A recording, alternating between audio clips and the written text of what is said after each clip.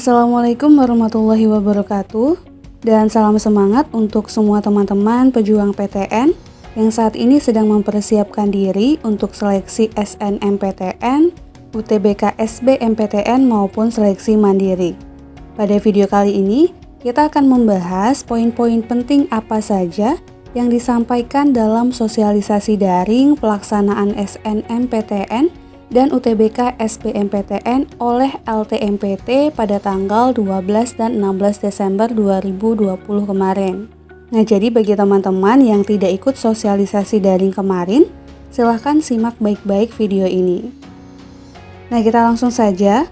Poin pertama yang disampaikan pada sosialisasi kemarin adalah terkait jalur dan kuota untuk SNMPTN, SBMPTN, dan seleksi mandiri tahun 2021. Nah, secara umum, kuota untuk jalur SNMPTN minimum 20% dari total daya tampung setiap prodi dan ditentukan berdasarkan nilai akademik saja atau nilai akademik dan prestasi. Nah, ini nanti sesuai dengan kebijakan perguruan tinggi masing-masing dan biaya ditanggung oleh pemerintah, jadi tidak ada uang pendaftaran.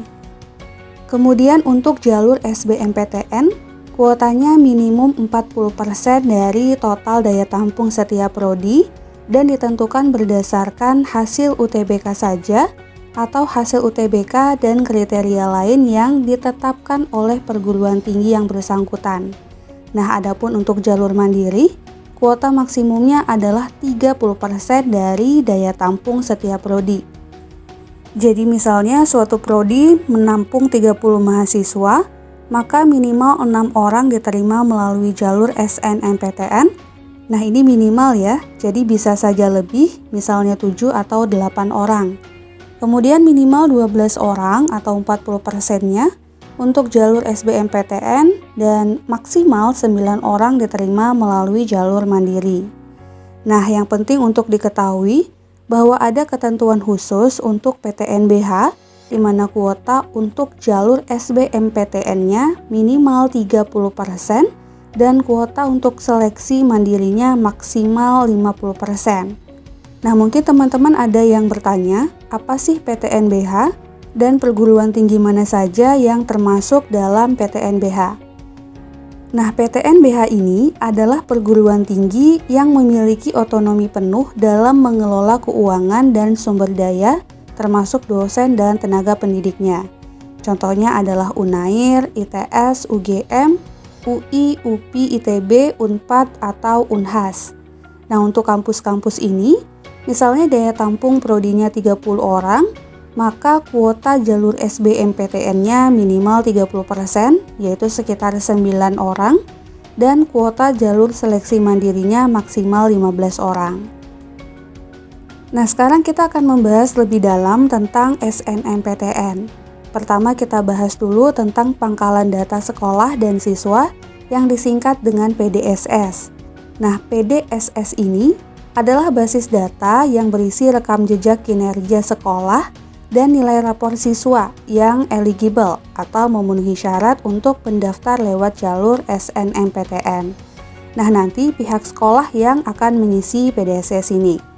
Dan yang perlu kita ingat bahwa PDSS ini mengakomodasi kurikulum nasional saja. Jadi jika sekolah teman-teman tidak menggunakan kurikulum nasional, misalnya sekolahnya menggunakan kurikulum internasional, maka sekolah tidak diperbolehkan untuk mendaftarkan PDSS, sehingga otomatis juga tidak bisa untuk ikut jalur SNMPTN. Jadi mungkin bisa memanfaatkan jalur SBMPTN atau seleksi mandiri. Kemudian untuk tahun ajaran dan tingkat yang sama, PDSS mengakomodasi perbedaan kurikulum antara semester ganjil dan semester genap. Selanjutnya seperti yang sudah disampaikan, pengisian PDSS ini dilakukan oleh sekolah dan kebenaran data yang disajikan ini menjadi tanggung jawab kepala sekolah. Kemudian apa saja persyaratan yang harus dipenuhi sekolah dan siswa dalam mengikuti SNMPTN? Nah, kita bahas syarat sekolahnya terlebih dahulu. Untuk syarat sekolah ini sebenarnya masih sama dengan tahun lalu, Yang pertama, sekolahnya harus mempunyai NPSN dan setiap sekolah dengan akreditasi yang berbeda akan mendapatkan kuota yang berbeda juga. Nah, untuk sekolah yang akreditasinya A, maka kuota siswa yang bisa mendaftar jalur SNMPTN adalah 40% terbaik paralel untuk jurusannya masing-masing. Jadi misalnya ada sekolah yang akreditasinya A dengan total siswa kelas 12 IPA-nya 100 orang, maka anak IPA yang berhak mengikuti SNMPTN adalah 40 orang dengan ranking teratas. Nah, tetapi jika akreditasi sekolahnya adalah B, maka kuota SNMPTN-nya adalah 25%. Jadi jika siswa IPA-nya 100 orang, maka yang berhak mengikuti SNMPTN adalah 25 siswa dengan peringkat yang terbaik. Dan jika akreditasinya C, maka kuotanya 5% terbaik. Nah, syarat yang terakhir, sekolah mengisi PDSS untuk siswa yang eligible saja, yaitu siswa yang mendapatkan kuota SNMPTN saja. Jadi misalnya tadi yang mendapat kuota sebanyak 40 orang, maka PDSS yang diinput oleh pihak sekolah hanya PDSS untuk 40 siswa tersebut saja. 60 siswa yang lain tidak perlu diisi PDSS-nya. Kemudian syarat-syarat untuk siswanya apa saja? Nah, yang pertama, siswa memiliki prestasi akademik dan memenuhi persyaratan yang ditentukan oleh masing-masing perguruan tinggi. Kemudian memiliki NISN dan terdaftar di PDSS, memiliki nilai rapor yang telah diisikan di PDSS, dan mengunggah portofolio bagi peserta yang memilih prodi bidang seni dan olahraga. Untuk ketentuan pemeringkatannya nanti akan kita bahas juga. Sekarang kita bahas terlebih dahulu ketentuan pemilihan prodinya. Nah, ini perlu teman-teman pahami baik-baik supaya tidak salah dalam memilih program studi. Ketentuannya adalah yang pertama, setiap siswa dapat memilih 2 program studi dari 1 perguruan tinggi atau 2 perguruan tinggi. Kemudian jika memilih 2 program studi, salah satunya harus berada di PTN pada provinsi yang sama dengan SMA, MA, atau SMK asalnya. Dan jika teman-teman memilih 1 program studi saja, maka teman-teman dapat memilih PTN yang berada di provinsi manapun. Jadi contoh, misalnya teman-teman berasal dari Provinsi Jawa Barat, maka teman-teman bisa memilih 2 prodi di PTN yang ada di Jawa Barat. Misalnya teman-teman memilih prodi kimia di ITB dan prodi kedokteran Unpad. Atau teman-teman bisa memilih 1 prodi di PTN Provinsi Jawa Barat dan 1 prodi di PTN luar Jawa Barat. Misalnya prodi kimia ITB dan kedokteran UGM. Nah, tidak diperbolehkan untuk memilih 2 prodi yang semuanya di luar Jawa Barat. Misalnya kedokteran UGM dan kimia di Unair. Nah, itu tidak bisa. Tapi kalau misalnya teman-teman hanya memilih 1 prodi saja, maka bisa ambil prodi di PTN manapun. Jadi misalnya di PTN provinsi teman-teman tidak ada prodi yang diminati, maka teman-teman bisa pilih di luar provinsi dengan syarat hanya mengambil 1 pilihan saja. Misalnya kimia Unair saja atau kedokteran UGM saja. Yang ketiga, disarankan untuk tidak lintas minat. Nah, yang perlu digarisbawahi adalah dalam sosialisasi kemarin, pihak LTMPT hanya menyarankan saja. Jadi ini bukan berarti tidak boleh ya, prinsipnya tetap diperbolehkan. Contohnya boleh saja anak IPA mau pilih prodi ekonomi atau anak IPS mau pilih prodi kedokteran. Nah, tapi sekali lagi dianjurkannya untuk tidak lintas minat. Kenapa?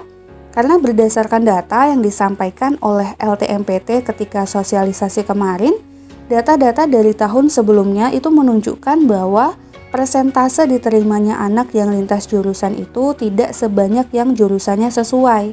Terlebih untuk anak-anak IPS yang lintas jurusan ke IPA, misalnya kedokteran.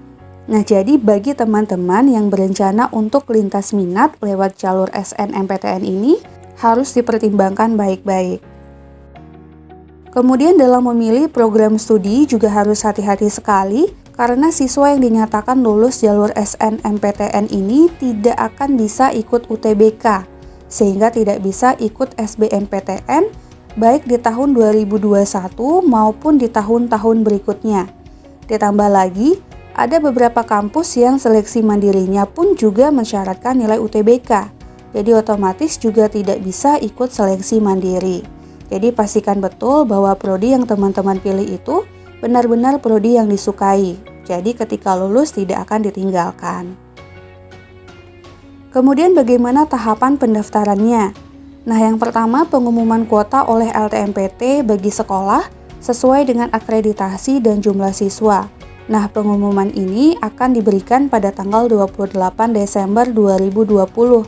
Jadi nanti akan diinformasikan berapa siswa yang akan diperkenankan mengikuti SNMPTN dalam satu sekolah per jurusannya. Kemudian apabila tidak sesuai dengan ketentuan, maka bisa menyanggah di mana layanan masa sanggah tentang kuota ini paling lambat hari Jumat tanggal 15 Januari 2021 pukul 15.00 WIB. Jadi misalnya sekolah berakreditasi A, tapi siswa yang dapat kuota SNMPTN kurang dari 40%. Nah, maka sekolah bisa mengajukan sanggahan. Selanjutnya tahap yang kedua adalah registrasi akun LTMPT bagi sekolah.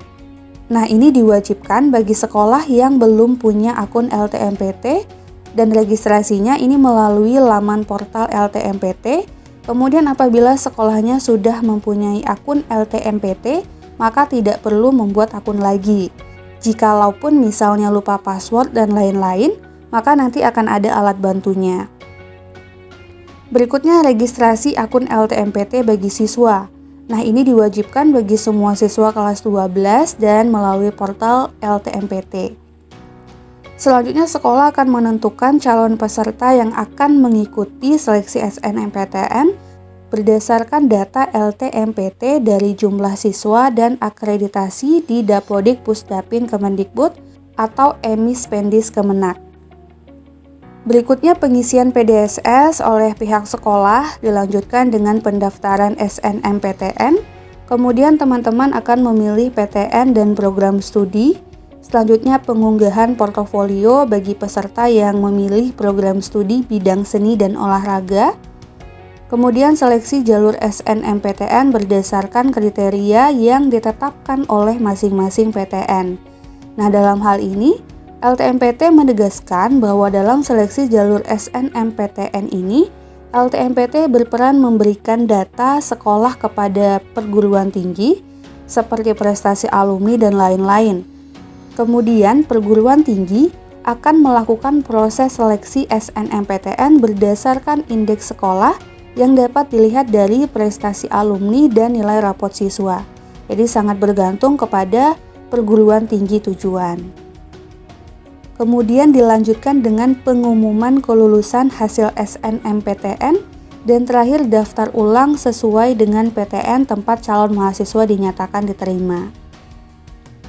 Selanjutnya bagaimana cara sekolah dalam menentukan peringkat siswa untuk menentukan siswa yang berhak ikut SNMPTN?